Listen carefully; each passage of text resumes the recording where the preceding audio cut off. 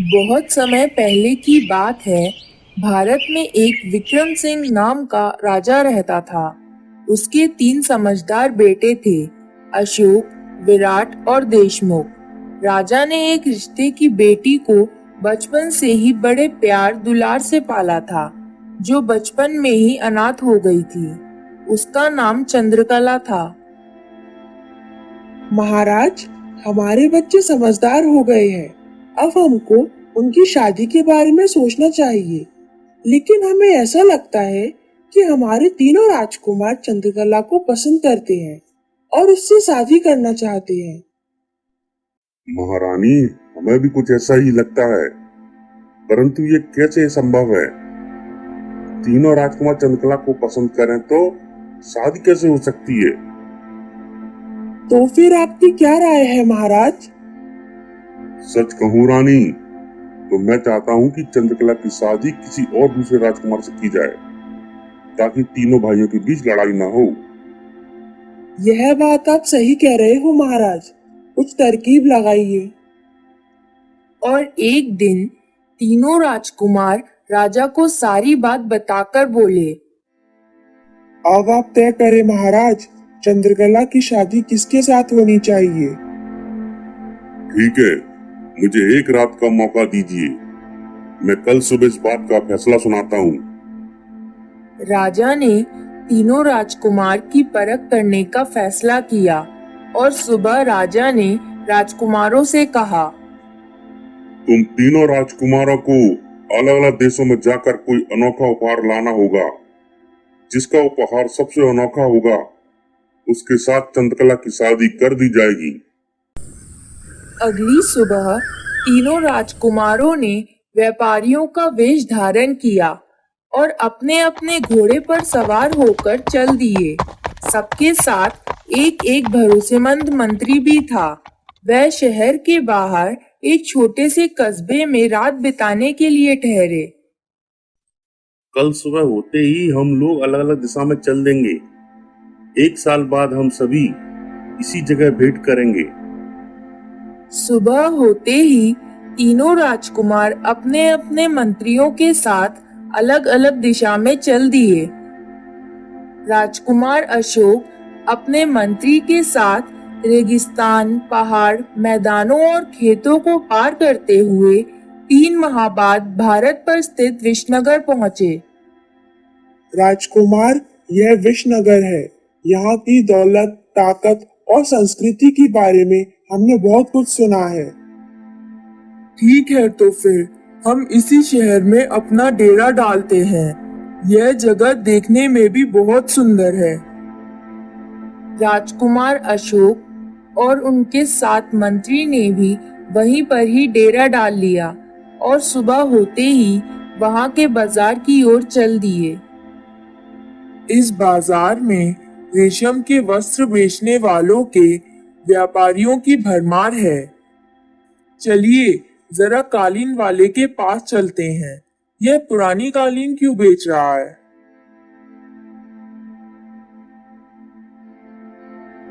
क्या दाम है भाई इस कालीन का? 1000 अशर्फियां। क्या इस कालीन के 1000 अशर्फियां? वह भी इस पुरानी कालीन के? इतना दाम क्यों मांग रहे हो? मैं इसे दुगने दाम पर बेचूंगा। अरे, ऐसी क्या खूबी है इस कालीन के अंदर? जनाब, यह कोई मामूली कालीन नहीं है। जरा इस पर बैठकर तो देखो, आपको मनचाही जगह पर उड़ाकर ले जाएगा। यह कालीन पिताजी के लिए तो एक अनोखा उपहार होगा। राजकुमार ने कालीन खरीद लिया और कुछ समय वहीं बिताने का विचार किया। उसने उस दौरान वहां के रौनक भरे बाजार का आनंद लिया। सच में इस शहर की तो बात ही निराली है। यह शहर हमको बहुत पसंद आया। जब मेरा विवाह चंद्रकला से हो जाएगा तो मैं अपनी पत्नी को इसी राज्य में शहर कराने लाऊंगा। उधर दूसरे राज्य में राजकुमार विराट अपने मंत्री के साथ घूम ही रहा था कि वहां जहां सोना चांदी का सामान व जेवरात आदि मिलते थे वहां पहुंच गया। उसने वहां एक दुकानदार को हाथी दांत की नली बेचते हुए देखा।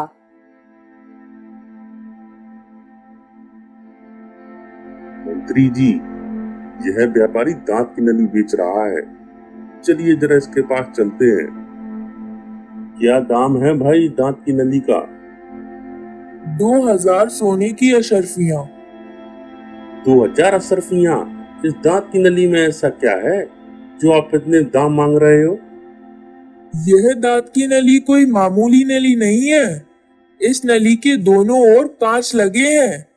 अगर इसे आंख से लगा लें तो वही देख सकते हैं जिसे आप देखना चाहते हैं। राजकुमार अपने पिता को देखना चाहता था। उसने वह नली को आंख से लगाया तो उसे अपने पिता दिखाई दिए। उसने यह भी देखा कि चंद्रकला अपने बगीचे में घूम रही है। यह तो बड़े काम की चीज है। इससे बड़ा उपहार पिताजी के लिए और क्या होगा? अब तो मेरी शादी चंद्रकला से ही होगी। राजकुमार उस दांत की नली को अपने साथ लेकर चल दिया। उधर राजकुमार देशमुख समरकंद नाम के शहर पहुंचा। उसे भी अपने भाइयों जैसे तजुर्बे हुए। उसने वहां के बाजार में एक व्यक्ति को नकली सेब बेचते हुए देखा। मंत्री जी, चलिए देखें जरा सेब का क्या भाव है। राजकुमार और मंत्री जी उस दुकानदार के पास पहुंचे और बोले, क्या कीमत है इन सेबों की? 3000 सोने की अशर्फियां हैं साहेब। दिखने में यह सेब खूबसूरत तो है, परंतु नकली भी तो है। कुछ ज्यादा ही कम नहीं बता रहे इन सेबों के दाम? यह सेब किसी भी आदमी की कोई भी बीमारी दूर करके उसे सेहतमंद बना सकता है। मरते हुए इंसान भी इसे सुनकर जिंदा हो जाते हैं। राजकुमार उस सेब की खूबी सुनकर अचंभे में पड़ गया।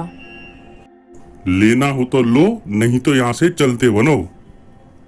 इसको खरीद लेता हूँ। यही अनोखा उपहार होगा पिताजी के लिए। राजकुमार देशमुख ने वह सेब खरीद लिया और वहां से चल दिया।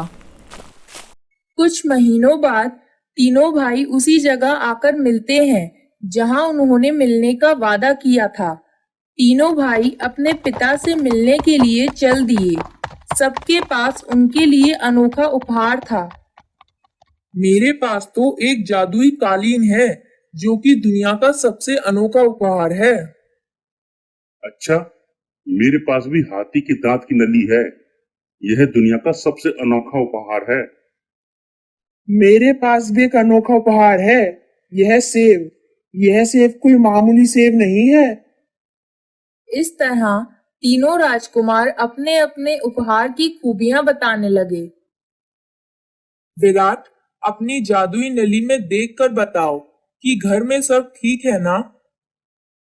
जी भाई, अभी लो। विराट ने अपनी जादुई नली में जैसे ही देखा तो वह मायूस हो गया और कहने लगा, मैंने अभी अभी देखा है कि चंद्रकला मरी पड़ी है। चंद्रकला की मौत पर सारा परिवार उसे घेरे खड़ा हुआ है। सभी लोग रो रहे हैं। हमें तुरंत कुछ करना होगा। चिंता मत करो, यह कालीन किस काम आएगी। चलो हम सब इसी पर बैठकर तुरंत महल चलते हैं। तीनों भाई झट से कालीन पर बैठे और उड़कर महल की ओर चल दिए। कुछ ही पलों में तीनों भाई महल पहुंच गए। चंद्रकला, तुमको कुछ नहीं होगा। मैं तुम्हें अभी जिंदा करता हूँ। यह कहते ही राजकुमार देशमुख ने उस जादुई सेब को राजकुमारी को सुंघा दिया और वह जीवित होकर बैठ गईं। उसके बाद तीनों भाइयों ने अपने अपने उपहार पिता को दिखाए। महारानी, यह तय करना कठिन हो गया है कि कौन सा उपहार खास है, क्योंकि तीनों राजकुमारों ने मिलकर चंद्रकला की जान बचाई है। विराट ने मरते हुए देखा तो अशोक की कालीन पर बैठकर आए और देशमुख ने अपना सेब सुंघाकर उसे जिंदा कर दिया। महारानी, चंद्रकला के लिए दूल्हा चुनने का दूसरा कोई तरीका खोजना होगा।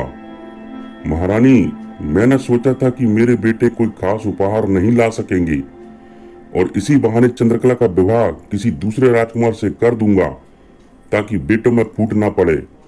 लेकिन यहाँ तो बाजी ही पलट गई। अब मुझे कोई दूसरा उपाय सोचना होगा। दूसरे ही दिन राजा ने तीनों राजकुमारों को बुलाकर कहा, तुम तीनों अपने धनुष्मान लेकर शहर के बाहर मैदान में चलो। जिसका चलाया हुआ तीर सबसे दूर जाएगा उसे ही चंद्रकला का दूल्हा चुन लिया जाएगा।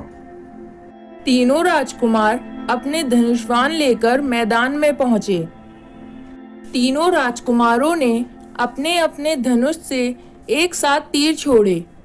अशोक का तीर दूर तो गया, लेकिन विराट का तीर उससे भी दूर गया और देशमुख का तीर का तो पता ही नहीं चल रहा था कि वह कहाँ गया। राजकुमार देशमुख का तीर पता नहीं चला कि वह कहाँ गया और अशोक के तीर से विराट का तीर ज्यादा दूर तक गया, इसलिए विराट को विजेता चुना जाता है। राजा ने राजकुमार विराट को चंद्रकला का दूल्हा चुन लिया। तीनों राजकुमारों ने राजा का निर्णय मान लिया, लेकिन अशोक की शादी चंद्रकला से ना होने के कारण वह शहर छोड़कर चला गया और किसी सूफी संत का शिष्य बन गया। और राजकुमार देशमुख ने सोच लिया था कि वह कुछ ही दिनों में उस जगह को छोड़कर चला जाएगा और वह सारी दुनिया घूमना और उसे देखना चाहता है। वह चंद्रकला को भूलना चाहता था क्योंकि वह उसके भाई विराट की पत्नी बन चुकी थी। इधर राजकुमार विराट और चंद्रकला खुशी खुशी रहने लगे। उन्हें अशोक और देशमुख के चले जाने का बहुत दुख था।